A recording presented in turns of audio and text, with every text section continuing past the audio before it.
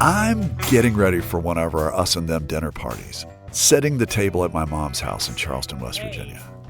At least once a year for the past 4 years, I've gathered a wide-ranging group of people for a potluck dinner and conversation over the issues of the day. This time, we asked everyone to come together again just days after the election. At the last minute, 2 of our guests can't make it. So I invite someone new to the table. Now, I'm not going to sugarcoat it. This dinner party was one of our most honest and emotionally charged to date. There was tension at the table, just like I imagine there is in many households across the nation. The results of the election are raw, and we ask people to speak their minds.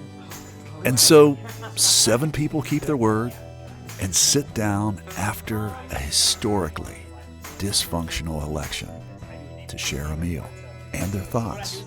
From West Virginia Public Broadcasting and PRX, this is Us and Them, the show where we tell the stories about the things that divide us. I'm Trey Kay. So I guess my first question is, just to throw it out to the group, what do you think about the outcome of the election? Michael Borsick, a student at Marshall University, offers up his reaction. He describes himself in the middle of the Republican spectrum. I mean, looking at the exit polls from the key swing states, 80% of the people surveyed in the exit polls from NBC, Fox, all around, said that the economy was their number one issue, and that's what drove them. Money talks, and that was what the message I got from that was. Then Frank Annie, who describes himself as a traditional Republican, jumps in. Frank is on the Charleston City Council. It was shocking to me the amount of, he gained in every state. I read the demographics of it where the vice president led with college-educated individuals, people making over $100,000, she added to it, and then the individuals making less than $100,000, non-college educated, which make up 60% of the electorate, it was completely the other way. Jay Gould, who's been at every dinner party that we've thrown, speaks up. He describes himself as a conservative who supports Donald Trump's policies. I'm not wildly enthusiastic with the way it turned out. I'm just hoping that it mends some of the country. Tickled absolutely to death that there were not the protests and everything that went on in 16 yet, anyway. What are you referring to? Do I think this one was fair? Not January the 6th? What are we talking about? Well, I'm sorry. Jay's comment prompts responses from several people. The first comes from Olubunmi Kashimo Frazier. She goes by Boomy and is a lawyer in private practice who's registered as a political independent. Okay, so we are all reacting to your most recent comment that you're tickled that you don't have the protest from 2016. 16, yeah. Okay. Yeah. That's your concern? Your concern was that there would be protests that there would be. If you remember, I said previously that I'd told my daughter that no matter who wins, we're going to be in trouble. I want to know why you went to 2016 and you skipped over 2020. Because 2020 was a traitorous act against America. Are you speaking about? I'm talking about January 6th, okay. 2020. I'm talking about protests after an election. And when somebody who you don't like gets elected and what you do. Why were you not worried this time that 2020 would happen again? Why were you worried 2016 would happen again? I'm 2 days after the election. And 16 was whenever all the protest was, as cars burnt and so forth. It did not happen in 2020. We go to January the 6th, several months down the road. But that's still a protest in response to an election. So are you worried about January this time of around? 2025? At this point in time, no. Why are you not worried about there being a peaceful transfer of power in January of 2025? Because we did not have a peaceful transfer of power in January 2020, and that is the first time that has happened in this country. If we are talking about what happens when people are upset because somebody loses, and you go to 2016 and you don't go to 2020, why are we skipping over people storming the Capitol and attacking police officers? The storming of the Capitol, I watched on TV the Capitol Police pulling gates out of the way saying, come on, this is your house, come on in. I watched videos of that. Now, not over everything, but over much of it. People who just walked through the Capitol are in jail now. Just walked? Just walked inside the Capitol. Yes. Prosecuted. The next comments come from Frank Annie. 14 people died, 140 officers have irreversible damage from the protesters where they had to be on medical retirements. They testified, calling for help the entire time, and there are videos of these guys screaming at the top, please stop doing this. Boomy wants to finish her comments. Let me just make my point. The reason I was asking these questions is because you want us to shut up. No, I don't want you to shut up. The point is, be quiet. Never. What you said was they didn't do anything after the 2 days after the election. And the people who you cheer for, they stormed the Capitol trying to overturn the election. You were concerned about 2016, there and my whole was thing is some what I want that to stormed the Capitol. Can we let Bomi speak? My problem is that the fear that a lot of people have right now and that they are feeling is that we will not be in a space where a voice that is not your voice is able to be heard safely, where a life that doesn't live like your life is able to live that safely. You're more worried about them fussing than you are about them storming the Capitol, and you don't even think they're going to storm the Capitol. You know for a fact they're going to do exactly what they're supposed to do. It's y'all who don't do what you're supposed to do. Now you've won. And are you assuming that I'm racist? Is that what you're implying? Wow. That escalated quickly. No, I don't think at all. I don't think so either. That's what's implied here. We're just having a conversation. I think you're talking about the people he cheered for, the people that. I'm not talking about you. I'm talking about conservatives, yes. Mm-hmm. Okay, let's say that. You hear the voices of two other guests here, Elliot Hicks, a lawyer and a progressive Democrat, and Joe Solomon, who is also a Democrat and on the Charleston City Council. And so when I say that, I'm going abstract, right? Because you didn't storm the Capitol. And I did not say anything about race at all. Okay. Yet. Okay. So I took the you people, you know. I'm going to maybe reset this. It sounds to me that when we're talking about like what happened on January 6th in context of the election, in many ways there's concern that this thing happened and any type of prosecution of it has been scuttled, and now he's won an election. People are concerned that he hasn't really seen justice with regard to this. Am I stating that correctly? Sure. Lexi, you were wanting to get in earlier. Alexa Steele is a student at Marshall University. Lexi says she's fiscally conservative, but liberal on social issues. Yeah, I kind of interpreted it a little bit differently, in my opinion. Like, when I look at the transfer of power and how everything went, regardless of whether or not you think that Trump led the insurrection, still nobody's saying that this isn't real, that this didn't happen. Like, when you say it's not real, are you suggesting that you believe that the election was fair, that you're confident? That's what I'm saying. Yeah, that is what I'm saying. And I think that most people in my party are, and I think that also says a lot in and of itself. I mean, he's won by such a large margin this time around that I don't... So it was fair? It was fair. Okay. Then Elliot turns to Jay, who has questioned the results of the 2020 election, asking if he agrees. I think it was most definitely fairer than 2020. Now, by the same token, I've never said he won 2020. Never said who won. Never said the Trump won? I never said that. What I said was there was problems with 2020. There was a lot of changes that was different, and there was a lot of potential problems.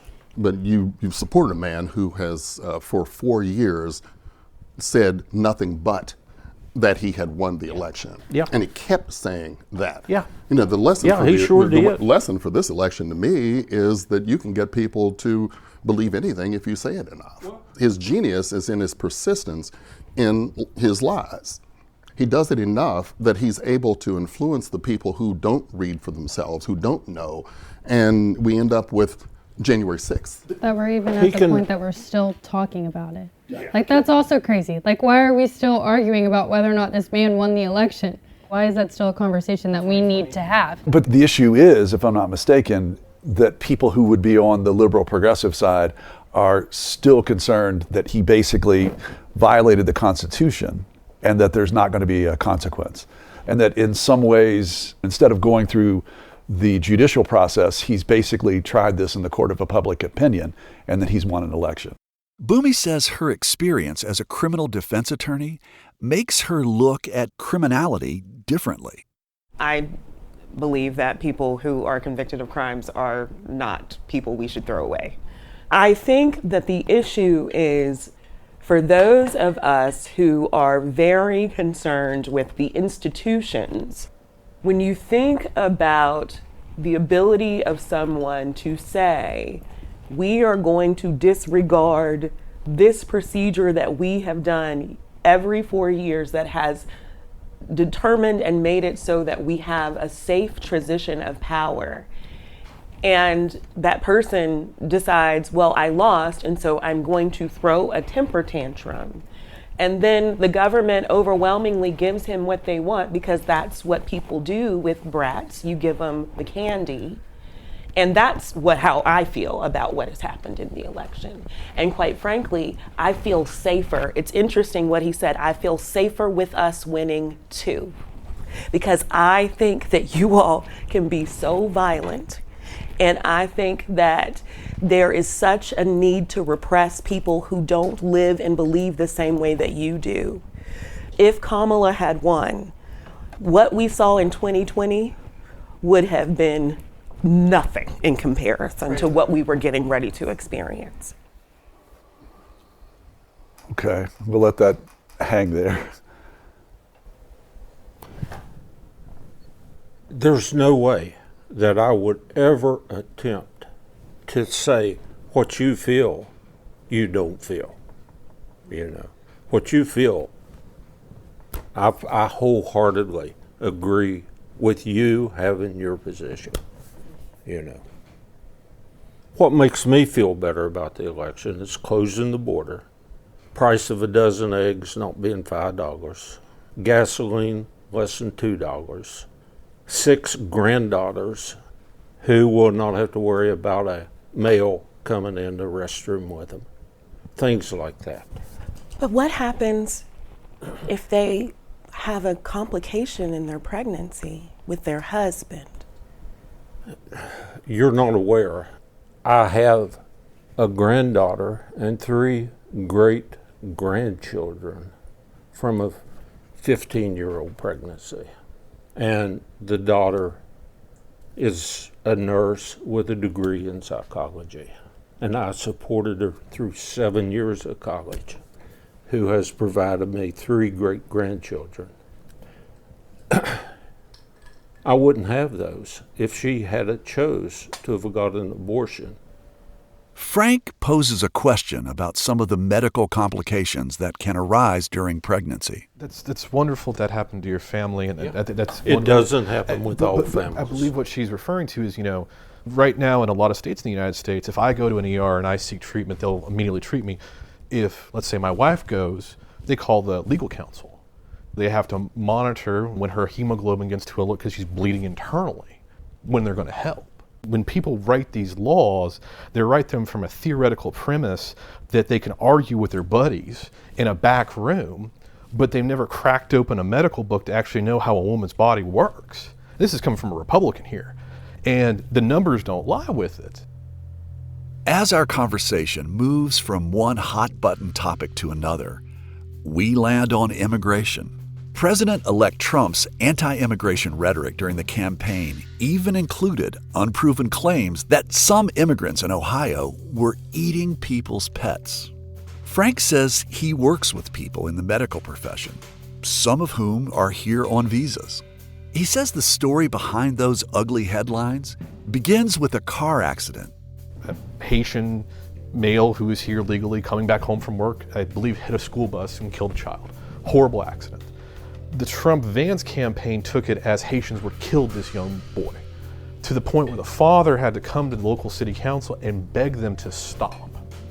As a city councilman, I try my hardest not to offend anybody that I represent or in the city, but if somebody even remotely said that to me, I'd be like, I should resign. Boomy, whose father was an immigrant, wonders why Republican voters ally themselves with such hate. When the wave is and the language is, we don't like you coming in, we don't want you here, there's something wrong with you, and then you vote like that, that's your person. It makes me feel like that's how you feel too, whether you feel that way or not. I voted for his policies.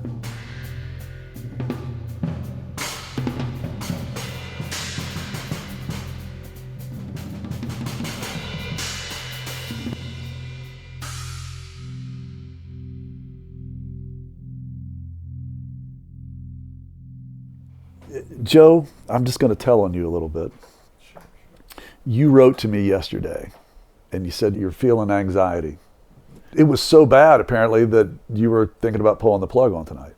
Yeah, I mean, I think people need time to grieve. I don't know how to make sense of all the ways that I feel shook. I do still return to the fact that, presidential elections are like the Super Bowl of politics.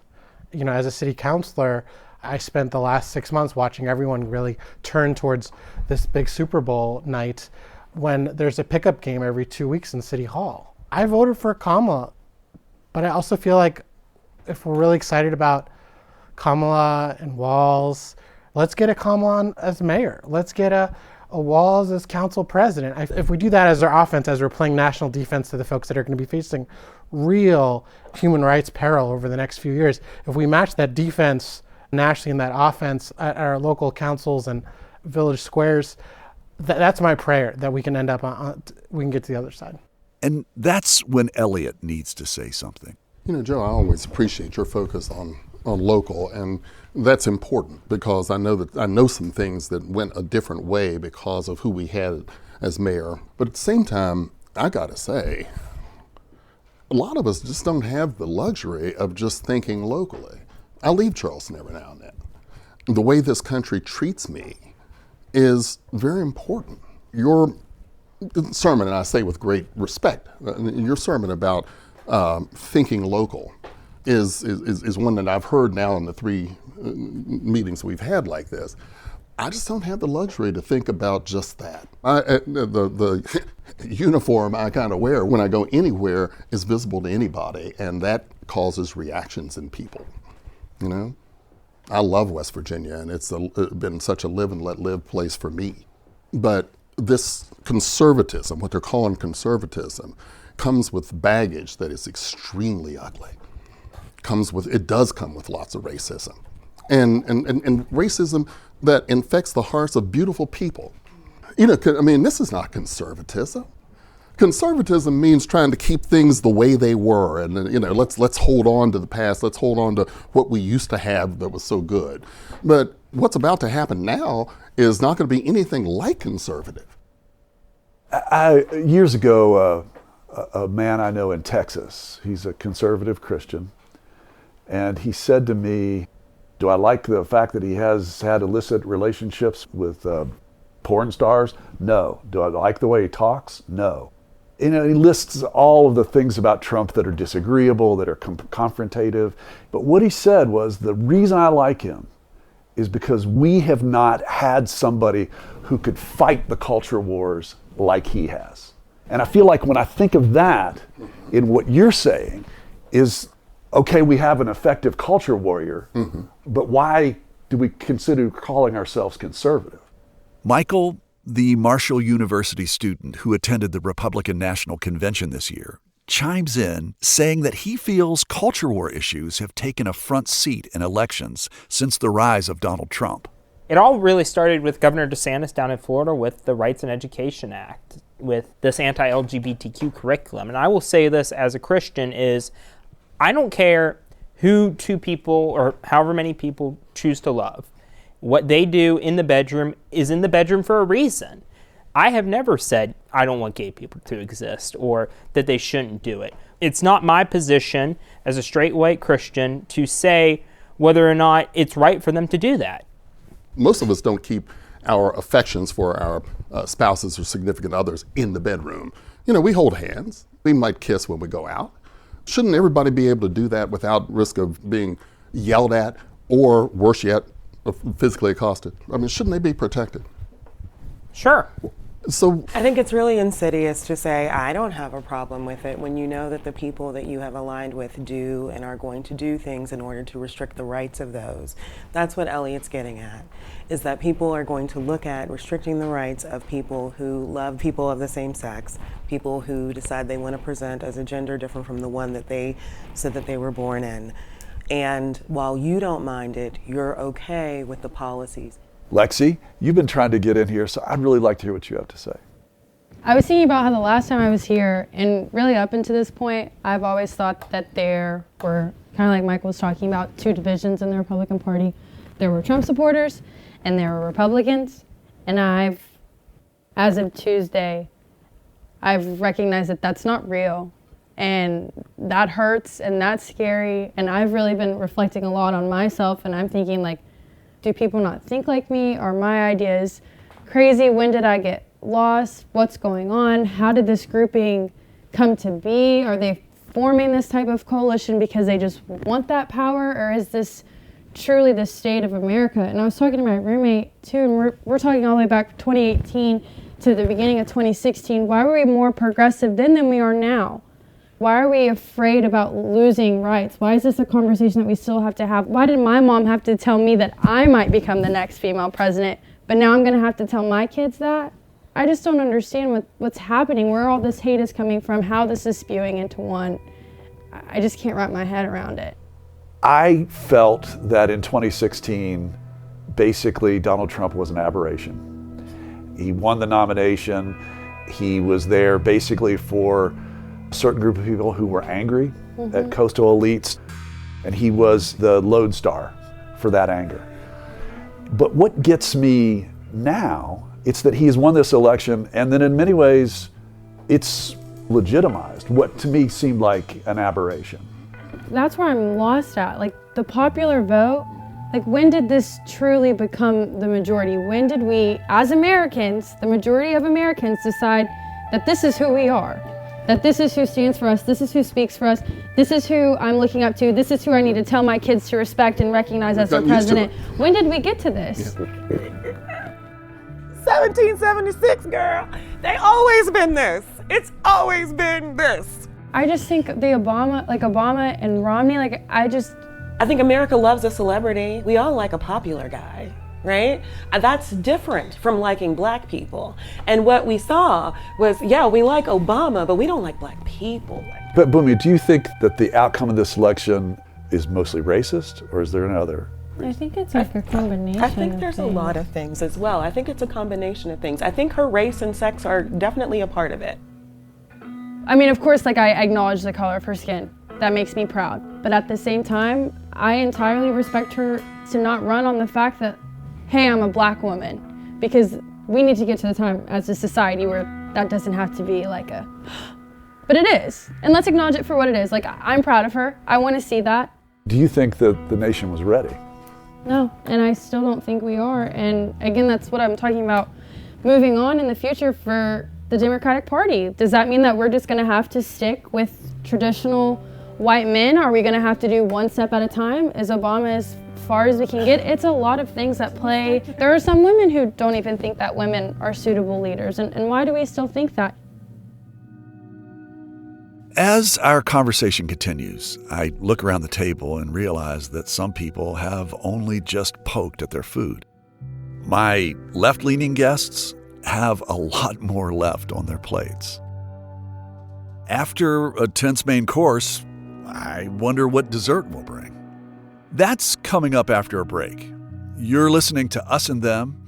This program is supported in part by the CRC Foundation and the Daywood Foundation.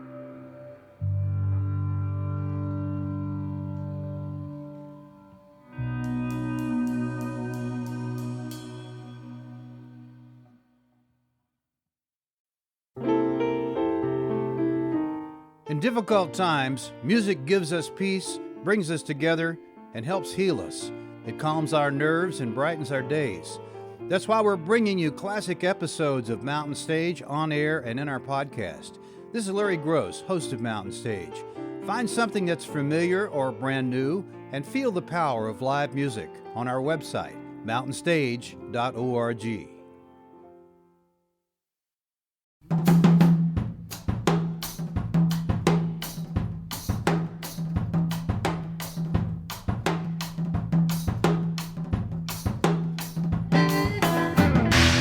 Hey, it's Trey, and you're listening to Us and Them from PRX and West Virginia Public Broadcasting. As the conversation continues around our post-election dinner table, we began to shift from the main course to dessert. Our raw feelings are clear as people talk about the future. As we come back and as we move forward with the transition of power between the Biden administration and the incoming Trump administration, what expectations do you have from the president-elect and his team? What do you hope they do? What do you hope that they achieve?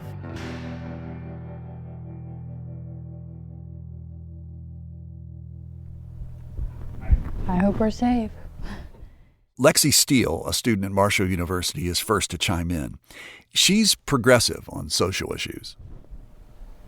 I mean, there's a line between policy and just violence, and I hope that now there's really no point for all of his hateful rhetoric. He did it, he won, here we are. So I'm hoping that he can use this as a moment to truly unite us, to take us back to where these are just parties and these are just policies, and we don't have to hate, and there's no reason for you to try to pick and pull and do this and that. I'm really afraid that he might not, but I really hope he does. Michael Borsuk, who's a Christian conservative classmate of Lexi's, says Trump's approach may change. You know, it's going to be different for him this year because he's not going to have to campaign again. But one thing that I hope that people recognize is that regardless of who holds the office, that person is the leader of the free world. I didn't agree with a lot of what Biden did, but at the end of the day, I have to remember he's the president of the United States.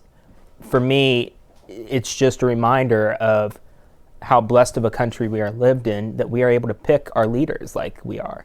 In his victory speech on election night, President-elect Donald Trump said he wanted to help heal the country.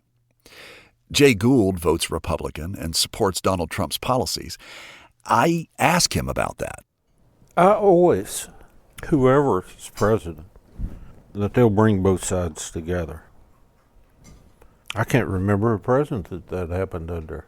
And I remember back to John Kennedy. I hope it gets to the point of Reagan and Tip O'Neill, where they can work together and get things done. Politics makes strange bedfellows. Depends on how they scratch each other's backs. Frank Annie is a more traditional Republican. He legitimately has 6 to 9 months to do something. If he doesn't, he probably will be the most unpopular president in modern American history. Already half the country doesn't like him, and then all these promises about food prices and things like that, if they don't go down, I think a lot of people in the MAGA movement will start to question. That comment prompts an exchange between Jay Gould and Elliot Hicks, a progressive Democrat, over the cost of inflation. Under the Biden administration, the last 4 years, we've had total, looking at it, from what I read, near 20% inflation. No. You don't think so?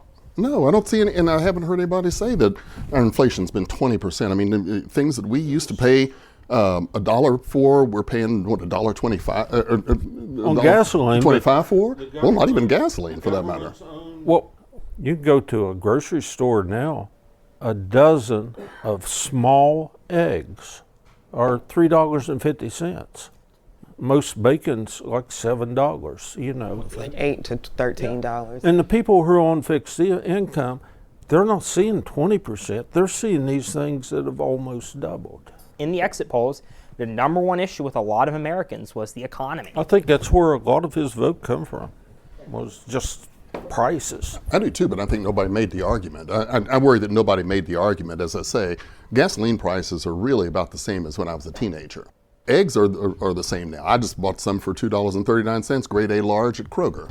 When I hear all these things, I think the argument, if you want to talk about what the candidates didn't do, I think they didn't make the argument and let people know that, you know, some of this stuff is illusory. Now, some of it is absolutely real. Please don't let me act like the meat prices and things like that. That's real.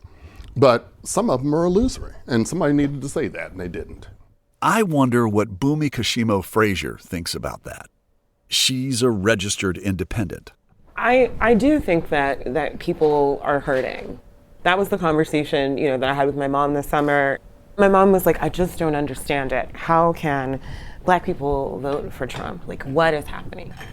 Basically, what I explained to her, because I am someone who, as an independent, really tries to keep I get my ear to the streets, you know what I'm saying? The people that I know that are Black and have voted for Trump, having a Black president, if you were a poor child whose parents might have been addicted to drugs, or just a poor child who had unfortunate circumstances, did Obama do something to change that for your own personal life? Or was it symbolic? They say that nothing changed, right? What have we done that has led us to a place where 20% of Black men vote for Trump? Michael responds. You made a comment towards Jay about the people that support Trump and, how it's hateful. But you also addressed it just now. You're saying, look, Kamala being a Black woman, it's symbolic. It is absolutely historical. But a lot of people don't want the symbolic part. They want what can actually help me in my life. Let me be very clear. The same ones who are hurting had terrible, evil, hateful, misogynistic rhetoric towards Kamala, okay? They called her a hoe. They said she was unqualified. They said she wasn't Black. They did exactly what everybody else did. Xenophobia is not only in the white community, okay? As someone who is the daughter of an immigrant, everyone is subject to xenophobia, and we've seen that, and we need to reckon with that. That's where what's happening? That's when Lexi jumps in. I would just want to raise attention to something that you said, Michael, that they either wanted somebody symbolic or they wanted somebody who could actually help them. Do you see what you just did there? Yeah. She's nothing else, she's nothing more. She's just a symbol. I'm not saying that she's just a symbol. But that is but what you're you bringing said. it up. You're bringing it. It might have not been consciously. I didn't intentionally but say it. then let's acknowledge the fact that you just did that out of conscious awareness. Think about the amount of Americans that are doing it out of conscious awareness, inside of conscious awareness. You just degraded her down to just a symbol. A Black woman who can't do anything for you, or somebody who can actually help you by taking $1 off the gas pump. You can't look at me, Michael. Here. Yeah, I understand what you're saying. Do you see the problem with that? I'm going to rephrase what I was saying here. Okay. You're saying that I degraded Kamala down to just being a symbolic Black woman. But we're already talking about the progress and, Is she more than that? She is. What is she? She was a prosecutor. She is an attorney. She's a very accomplished woman. Don't get me wrong. I'm not demeaning her down to that. I'm saying that people didn't care about the symbolism. They cared about results. Her campaign was not, vote for me, I'm a woman. Vote for me, I'm Black. That was not her campaign. But that's all you just gave her. And you might not think that she could have helped you, Michael, but obviously millions of people did. And I just wanted you to see what you just said. Jay, did you want to get? Sorry. I I don't know if it implies or not, but whenever you was talking about it, I remember when Biden was picking his vice presidential candidate, and that's all he said. I need a black woman. No, he was looking at women. He was looking at women of color, and he interviewed lots of women. Not just there. There was only one black woman in the Senate. There aren't. The list of black women who could do that job is short, my brother. There is no. You can't. Oh, I'm gonna look at a black woman because there's 50 of them sitting right here who are at this level that we can appoint that people aren't gonna laugh at. Sir, the list was like 2 people long. I didn't say it was as far as black women. I didn't say it was from the Senate. I'm sorry, but we're not doing that. Okay? I just remember him saying he was going to pick I just think that there's a woman. difference between advocating for diversity and diverse perspectives and seeking that out so you actually have someone that can provide you with perspectives and opinions that are different from your own. We can all say that this conversation is richer because we have people from different viewpoints here. Right. The case has been made, the studies are clear, more diverse teams have better outcomes than teams that are homogenous. And I don't just mean race, I'm talking about sex, I'm talking about age, I'm talking about all of that. The racism is implicit in just our society. I'm just gonna say that. It's just a part of the fabric. And it's very easy for someone who doesn't see it to not see it. But it's very easy for someone on the receiving end of it to recognize it. I think that you and I on this topic, I'm pretty much with you, but for whatever reason, it's not connecting. And what's more, I think it's repelling. Yeah, I think the Democratic Party has made some big mistakes over the years. I think that they really need to get back in the lab and figure out how it is they can serve the people and stop worrying about being in power. I think they need to worry about how to serve. Right, but there's a disconnect with the people. But I feel like what is happening in this conversation is that you are so squarely coming with the heat with regard to the complexity of the nation's racial issues. And again, I'm with you. My question is, why isn't it connecting? Because it's not meant to. Because it's in the fabric. Connecting Yeah. Here's the way I see it, is if there are injustices in our society, what we'd ideally want to do is we'd like to say, hey, here's an injustice here. Let's focus attention on it. But when you bring that up, it doesn't seem as though the nation cares about it. They certainly are not going to address a candidate who cares about that. Frank says the disconnect with voters comes from race and class tensions. There is a class divide of indirect anger, and where do you point it to? And I think that's really when historians look back on the Trump era, he was able to galvanize people to direct anger towards the DC Beltway, toward what they would call coastal elites. Many things he says is correct. These people don't care about you. These people see you as nothing. They make fun of you. The anger is not directed towards the individuals that are causing you to be poor. It's against another side. It reminds me of a Russian writer right before the Russian Revolution happened. And he was explaining how most of them didn't really like the Bolsheviks, but they were all starving and they're willing to flip the table to see if anything lands on top of it that's better than what they have now. So let's go with that analysis. Millions of Americans just voted for the maximum amount of change in our nation's leadership. The result is a transition that's already laying out starkly different priorities. I wonder how this shift is affecting how people talk to each other about politics. Elliot says Trump's victory has already changed that. I was shocked at that, and I needed to figure out how that worked. How did that happen? We have to try to find out how to talk to people in West Virginia who don't know any black people. You're all doing something that I'd say 98% of West Virginians have never done. You've sat down to dinner with a black person. Almost nobody has done that. They don't know anything about black people. Don't have to. When you talk about code switching, I mean, I've got to know all of your language. You don't have to know any of mine. We've got to find ways to talk to these people here that helps them empathize with what's going on, and we haven't done that yet. You know, we haven't found a way to engage. Well, I've got to. I mean, I live here. What am I going to do? Yeah. I can't crawl in a hole, so I got to deal with this, or I got to move. Bumi Casimo Frazier says she'll be selective. Outside of things like this, very specific instances where someone is asking me my opinion, I am not engaging. Why? to save it's for protection. You don't feel comfortable. I have to be safe. I have to protect my family. I have to be mentally, emotionally, and physically safe. That's a shame. And it is easier for me to be to keep my mouth shut, quite frankly, and be mentally, emotionally safe.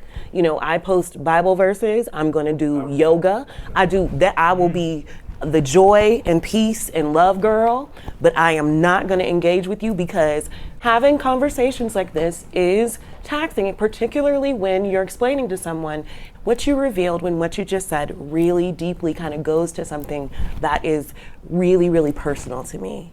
And that's work. It is exhausting. And you know what? Somebody else can do it. I refuse. I see Michael take in Elliot's point about how many white Americans have never met somebody outside of their own race. I didn't really, see racial diversity till high school. But going into my freshman year at college, my roommate was, he's from D.C., and he's black. And initially, there was a part of me that was a little scared about it, just because I had never been, in that really diverse environment. But as I got to know him and got to realize that, look, the race doesn't matter here. For me, it just really showed that exposure to beyond what you hear in stereotypes is a lot different because I had some preconceived racial notions. And even, Lexi's pointed one out earlier is, and I admit I probably still do. And for me, it was hard getting over that initially, so. I've definitely experienced racism, obviously. Like, I'm from a predominantly white community, town. I go to school in Huntington, West Virginia. And I'm sure that my experience is different from your guys's, but I mean, it's been since I was a little girl and it continues to now. I got my license plate stolen like a few weeks ago and I got pulled over in Columbus at gunpoint and handcuffed because they thought I'd stolen my car. And when people found out about it, people were laughing like it was some joke, like they didn't understand, like it wasn't real for them, like that everything that they've been seeing, that all these Black Lives Matter protests that they've been hearing about have just been like so out of the picture and not real, that this was almost too real for them to kind of understand. And I guess that's kind of the way that they cope about it, but that just shows me that if I don't talk, who is? This is my life. These are the things that I go through. I appreciate you acknowledging it, Michael, but it's 2024. We have to do more. Like you saying that you know that you have racial bias, that doesn't change it. That's not enough for me anymore. And why am I still fighting the fight that my great grandma fought? And I'm fear that we're getting into this territory where we're not even going to acknowledge, where we're going to keep having these conversations where we feel like we're getting pushed to the side or disregarded, and then we keep saying the same thing and we're not being heard. And what do we do for that? Jay, did you want to? It's been very enlightening to me this evening has. And like our discussion the last time, I wanted you to see where I come from, and I want to see where you come from. When I look at MAGA and Trump, I see secure border, I see strong national defense, I see lower prices. Y'all see something totally different? Hey, I didn't realize that to the extent of what you said. I understand where you're coming from now. I hope that you're totally mistaken. I hope. When I look at I see a Democrat, liberal, maybe progressive Democrat. I don't see color. But I want you to see it. Huh? But I want you to see it. I want you to see it. I want you to know it. And it's what you do once you see it that matters. I don't want it. Ignoring it is not the solution. And I know that you mean well in your intention whenever you say that. I'm not ignoring it. I see a human being. But to not see is to ignore. Well, I may not be able to do it, just due to my character. I see a human being with red blood. Christ was either dark brown or light brown. He wasn't white. I guarantee you his blood was red. I'll do my best to see you as a young, beautiful black woman. I'll do my best.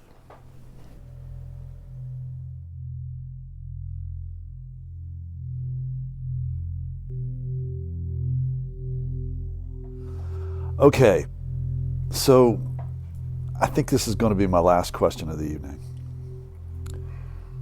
What's your biggest question going into the next 6 months? And not just the inauguration, not getting past, the day of affirming the electoral votes, but the 6 months. What is your biggest concern? What is your biggest question? I'm concerned about a police state. Olubunmi Kashimo Frazier. I hope it's not. But if I'm going to catastrophize, then I'm going to do it all the way. The fear is that we find ourselves in a police state, that we find ourselves completely subject to law enforcement, the military, constricted in the way in which we move. Constricted. I don't know. I mean, when someone says, what was the term he used for day one? Hellfire? What was it? I'm going to be a dictator just for day one. Yeah, that's scary to me because, power is seductive. And so dictator on day one, where are we on day 30? Frank Annie. My biggest fear is attacking institutions that do make this country what it is as a dynamic remaining superpower. The NIS, the NSF, all these institutions that really generate amazing levels of research and design. And those are your best and brightest. These are people that chose not to go into industry so they could work in the federal government and do real good, and you're going to lose all these people? That permanently hurts the government. Because the federal government is a giant machine that is very complex. Start moving parts of it and it starts breaking down, it's hard to get that thing back going again. That's my biggest fear from a practical level. Okay. Michael Borsuk. I'll follow up on what Frank was saying. So my dad's a federal employee. He's worked for the US CPA for the last 25 years, and he's not a political appointee. He literally was hired because of his education. One of my biggest reservations about the Trump administration was, what was he going to do? Was my dad going to be unemployed? But at the end of the day, I have to remind myself is, look, as much as he talks the talk, there's going to be other people out there that are going to have to tell him no, and that's going to be Congress. We talk about the dictator on day one comment.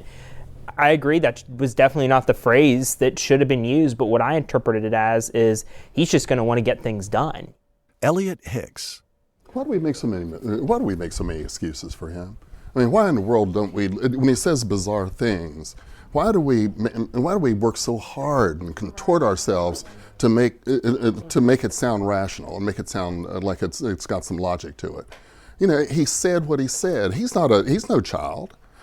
The question is the next 6 months. What's your biggest question? I don't have any questions. I don't have any questions. This is all going to go badly.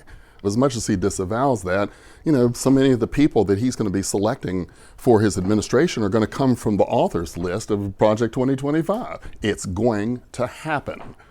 This is as bad and traumatic a time as I have lived through. I could, throw another thing on the table and the energy at this table. I mean, when some people talk, I'm seeing people like move in their seats in ways that I haven't seen before. That's where we are. One of my colleagues just said to me, maybe we did this too soon after the election. Michael said in the last one, you said it may be too soon. Now you said it was too soon because we thought that the election might not be determined at this point. Well, it's determined. And we're here. And I don't know anywhere else to leave this other than this is where we are. And I am grateful that you folks came here to at least process it a little bit with us. Lexi Steele. I don't think I feel good, but it was nice to articulate it and to be challenged and to have some new ideas of what I think a few months from now may look like. But I am still grieving, and I think I will be for a while. And I think that's okay. Jay Gould. Well, I hope and pray that your fears are unfounded. Joe Solomon. I think it's kind of decent that elections happen in autumn. It's a time where the seasons are really shifting, the leaves are falling. If you're, a bear, you're getting ready to hibernate. And I'm with Lexi that there's got to be more time for mourning and for hibernation. I'm thinking less about the next 6 months, even though there's so much to think about, and more about the next 6 weeks of that time to rest and go home and be with yourself or your loved ones or both, to water your plants, to put new batteries, in your remote control, sort of metaphorically, to maybe adopt a mean cat or something. And just allow for that sense of a possibility for you to figure out sort of what you need, because chances are that's going to be what the world needs.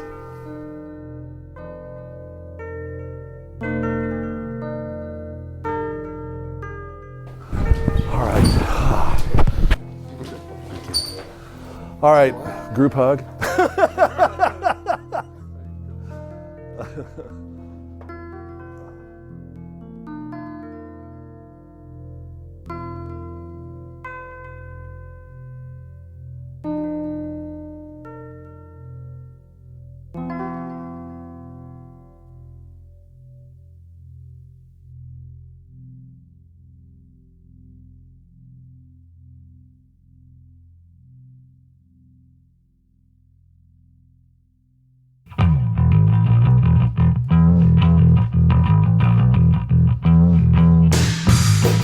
You've been listening to Us and Them.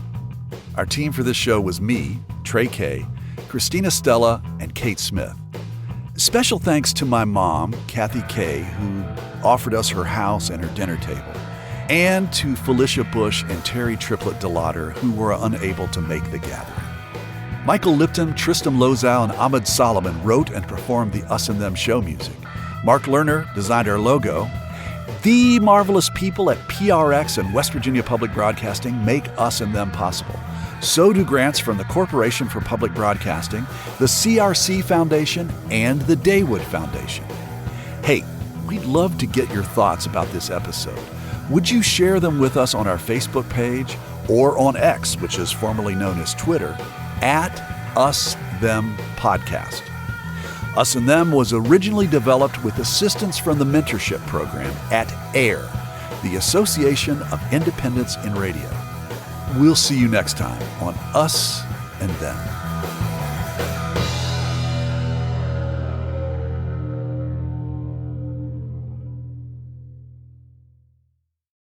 Support for this podcast comes from the Corporation for Public Broadcasting.